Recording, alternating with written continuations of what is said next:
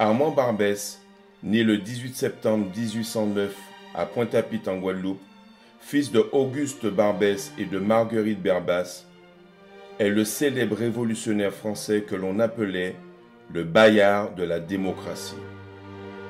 Armand Barbès est le fils d'un médecin militaire qui avait été affecté à la Guadeloupe et qui s'appelle Auguste et qui avait épousé une Guadeloupéenne, une créole, d'une vieille famille installée en Guadeloupe depuis le XVIIe siècle, qui s'appelle Berbas. En fait, Berbas était le nom de son mari. Son père, médecin distingué, installé à Pointe-à-Pitre, est venu en Guadeloupe comme médecin en chef du gouvernement. Après avoir fait fortune dans des opérations commerciales, il se retira à Fourtou et mit le jeune Armand à l'école de Sorez, ancienne abbaye de bénédictins rétablie depuis la Révolution et qui comptait parmi ses élèves un grand nombre de créoles guadeloupéens et martiniquais.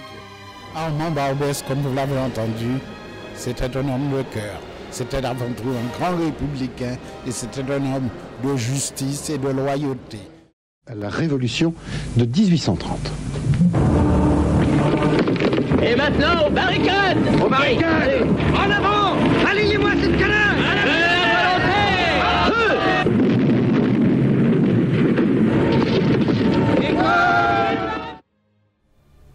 On qualifie aujourd'hui Barbès de Bayard de la démocratie. Je dirais pour ma part que c'est l'avant-garde de la République parce que pendant la plus grande partie de sa vie, il s'est battu pour l'établissement de la République. Les barricades parisiennes ont fait tomber la dernière expérience de monarchie absolue en France. 41 ans après la prise de la Bastille, une deuxième révolution française faisait tomber la couronne de Charles X, dont les maladresses avaient réussi à mobiliser contre lui des hommes et des femmes de toutes les générations, de tous les milieux et de toutes les familles de pensée. Des boutiquiers, des artisans, des ouvriers, le jeune Adolphe Thiers et le vieux Lafayette, le banquier Laffitte, le prince de Talleyrand et le Gavroche des Misérables. Tous provisoirement rassemblés le temps d'une révolution qui a inspiré à Delacroix le plus célèbre de ses tableaux et à Victor Hugo un des personnages les plus attachants de la littérature. Je suis né à Nanterre, c'est la faute à Voltaire, et non à Palaiseau, c'est la faute à Rousseau. Tombé par terre, c'est la faute à Voltaire, le nez dans le rue. On joue! Vive la France! Vive l'avenir! Le jeune Barbès, lui, finit ses études et son père décide de l'envoyer à Paris pour faire des études de médecine. Mais son père est mort. Et Barbès, curieusement, n'aime pas beaucoup le sang. Il abandonne les études de médecine pour faire des études de droit. Mais dans le même temps, il rencontre aussi des étudiants, d'autres étudiants. Et c'est ainsi qu'il a l'occasion de participer aux Trois Glorieuses qui aboutissent au renversement de la monarchie qui est une monarchie absolue. Peu après sa sortie de Sorez, Barbès perdit son père et à l'âge de 20 ans, il fut envoyé par son tuteur à Paris pour étudier le droit. On était en 1830. La jeunesse parisienne d'alors s'enthousiasmait pour le mouvement populaire qui devait aboutir aux journées de juillet, aux Trois Glorieuses. Cet homme-là préférait sacrifier sa vie plutôt que trahir ses engagements et ses idéaux. Ce qui est exceptionnel car il portait en lui l'oriflamme de la liberté. Le peuple devait parler et on devait écouter le peuple. Il ne s'agissait pas, comme quelques-uns le croyaient, faire la loi en passant au-dessus du peuple, mais de répondre à l'entière aspiration de ce que le peuple souhaitait pour son mieux-être. Cette jeunesse qui croyait assez naïvement que l'insurrection aboutirait finalement à l'institution du gouvernement républicain fut profondément déçue lorsque Louis-Philippe d'Orléans fut proclamé roi le 9 août 1830. De ton peuple fidèle Louis, entends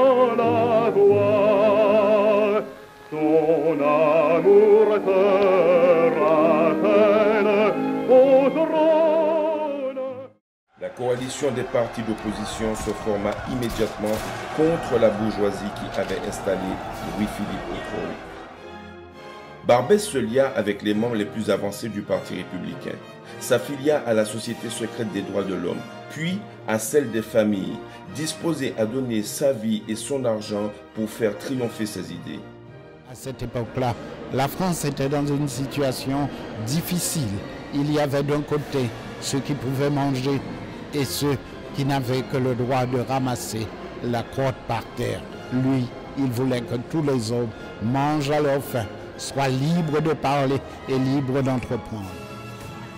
Le 18 avril 1835, une émeute éclatait au boulevard du Temple et faisait de nombreuses victimes. Moret, Pépin et bien d'autres furent condamnés à mort. La police qui surveillait Barbès depuis longtemps l'inculpa de complicité dans le sinistre attentat. Barbès sera de tous les combats révolutionnaires. Entre-temps, il aura participé à des sociétés secrètes destinées à renverser le pouvoir autocratique. On fabrique secrètement des cartouches, on fabrique de la poudre, on distribue des fusils. Un beau jour, on décide de s'emparer du pouvoir. Mais malheureusement, les ambitions de Barbès et des amis qu'il s'est fait dans le milieu républicain ne sont pas à la mesure de leurs moyens. Et ils se font, bien entendu, chaque fois arrêter, emprisonnés. Barbès va passer à peu près un tiers de sa vie en prison.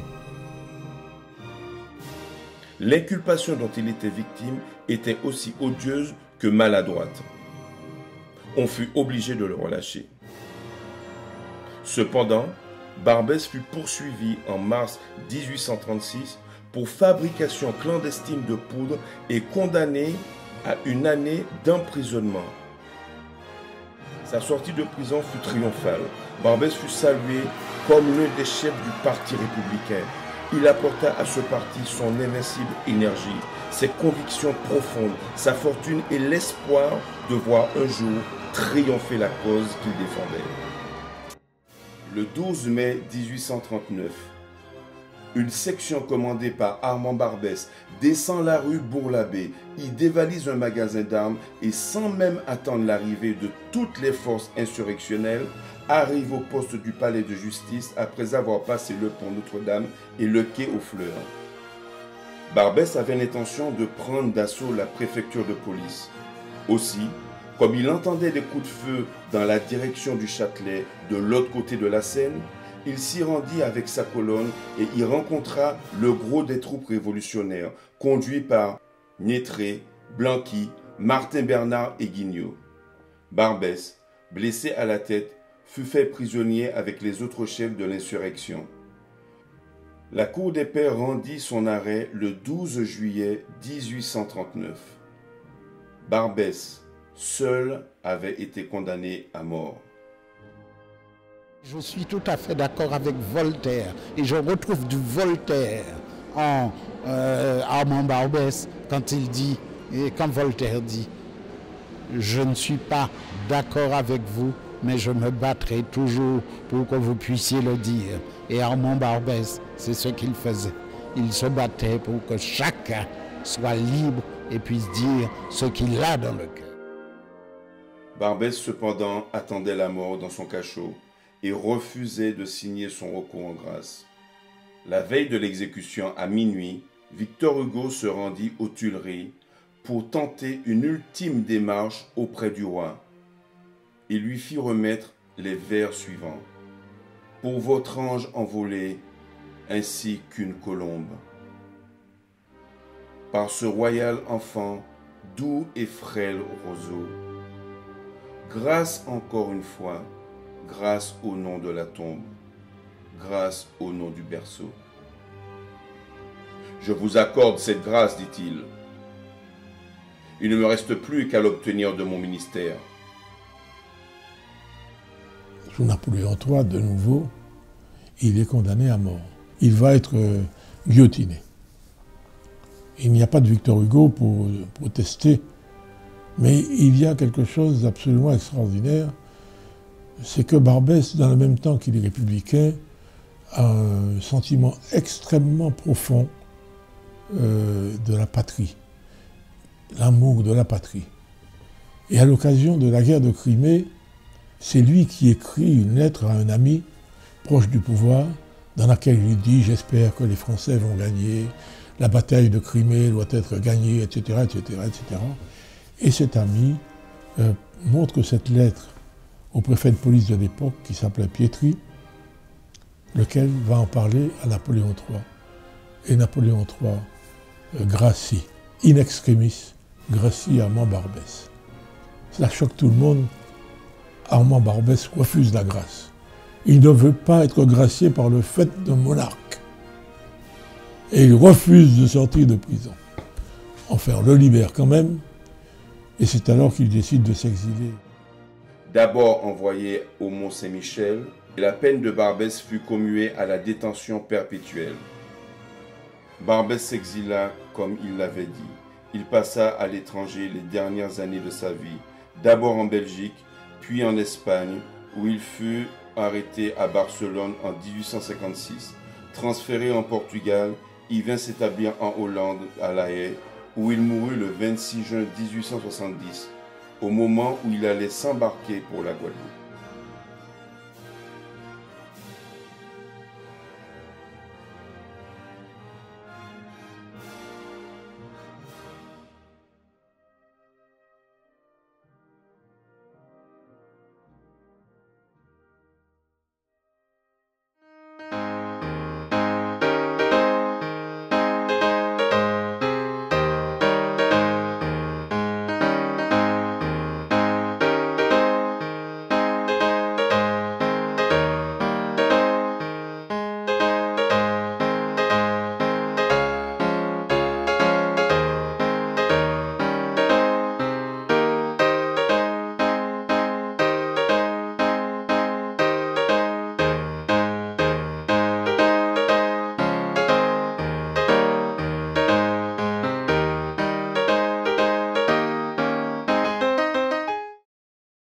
C'est un grand plaisir pour moi de participer ce matin à cette cérémonie de commémoration en l'honneur d'Armand Barbès.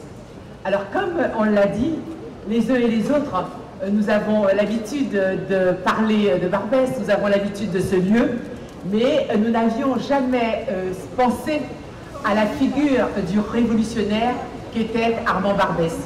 Et je crois qu'aujourd'hui, il est tout à fait de circonstance de rappeler les combats qu'il a eu l'occasion de mener. Parce que quand on regarde la vie d'Armand Barbès, on peut se dire que toutes les révoltes qu'il a été amené à conduire n'ont pas été couronnées de succès. Et ça nous ramène un petit peu à une actualité, parce que Barbès avait une conception tellement intransigeante du progrès, qu'on sait qu'il s'est battu régulièrement, qu'il s'est battu contre ceux qui étaient trop tièdes à son sens pour faire le bien du peuple, et par conséquent, on peut considérer que dans sa vie, il y a eu beaucoup de révoltes, et il y a eu finalement beaucoup de révoltes qui n'ont pas abouti. Et cela nous ramène toujours à cette discussion qui existe entre ceux qui sont prêts à avancer dans toute la mesure du possible, pour améliorer autant que faire se peut la vie des gens, et notamment la vie des hommes du peuple, et des femmes du peuple, et ceux qui considèrent qu'il faut aller plus loin, qu'il faut une rupture radicale, et que tant qu'on n'a pas mené cette rupture radicale, eh bien on n'a rien fait dans l'intérêt du peuple. Il est vrai que Barbès est né aux Antilles, en Guadeloupe, de parents, d'un père qui était un chirurgien militaire, et qu'ensuite il a quitté la Guadeloupe assez jeune pour venir suivre ses études à Paris et y mener plutôt une lutte révolutionnaire. Mais ce qui est important à savoir, c'est qu'il n'avait pas quitté la pensée et l'amour de la Guadeloupe, puisque sur la fin de ses jours, alors qu'il avait été, comme vous le savez, condamné, en prison, exilé, eh bien, il s'apprêtait à revenir en Guadeloupe lorsqu'il est mort. Par conséquent, en quelque part, on peut se dire aussi que même si on est né en Guadeloupe peu à l'occasion de l'affectation de membres de sa famille, eh bien, quand on a grandi en quelque part, eh bien, l'amour de ces terres qu'on a connues dans son enfance demeure, quelle que soit la vie qu'on peut avoir par ailleurs. Par conséquent, effectivement, nous revendiquons que Barbès est un Guadeloupéen, comme l'a été évidemment d'autres grands hommes qui ont enrichi la France. Je pense à Saint-Jean-de-Perse, je pense évidemment au Chevalier Saint-Georges. Il n'est pas mal de rappeler que depuis très longtemps, des hommes et des femmes grandis à la Guadeloupe ont participé au débat national et ont apporté leur pierre à l'édifice. En ce qui concerne Barbès, il a amené un petit peu surtout de piquant dans la vie de son époque, mais finalement, là encore, la démocratie fait que, quelle que soit l'opinion qu'on défend, eh bien, je pense que ce sont des opinions qu'il faut entendre. Alors qu'il était en prison, eh bien, c'est Victor Hugo qui est intervenu pour le défendre et demander qu'il soit libéré. Et Barbès n'avait pas remercié Victor Hugo comme il se doit. Donc longtemps après, il lui écrit pour s'excuser de n'avoir pas remercié son intervention. Et je vais vous rappeler la lettre que lui a envoyée Victor Hugo, qui évidemment est magnifique comme tout ce qu'écrit Victor Hugo. Donc, Armand Barbès.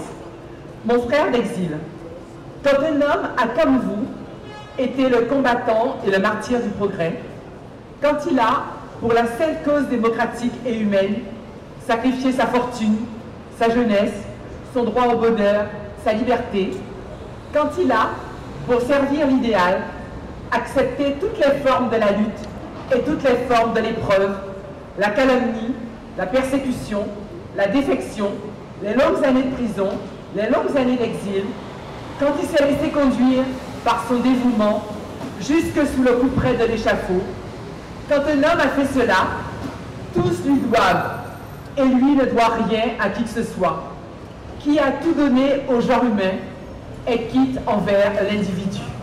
Et effectivement, Victor Hugo rajoute ce mot qui est remarquable. Je vous réponds dans l'émotion de votre lettre. C'est une belle chose que ce rayon qui vient de votre solitude à la mienne. À bientôt sur cette terre ou ailleurs. Je salue votre grande âme. Victor Hugo. Nous aussi, on salue la grande âme de Barbès. C'était un républicain fervent. Il s'est battu pour son idée de la République, qui était vraiment l'idée de la chose publique, jusqu'à effectivement aller jusqu'à l'exil. Donc c'est vraiment la preuve de son engagement entier pour défendre cette idée de la République. Et ce que je crois surtout, c'est qu'il peut être un modèle encore aujourd'hui pour les ultramarins dans l'Hexagone ou ailleurs.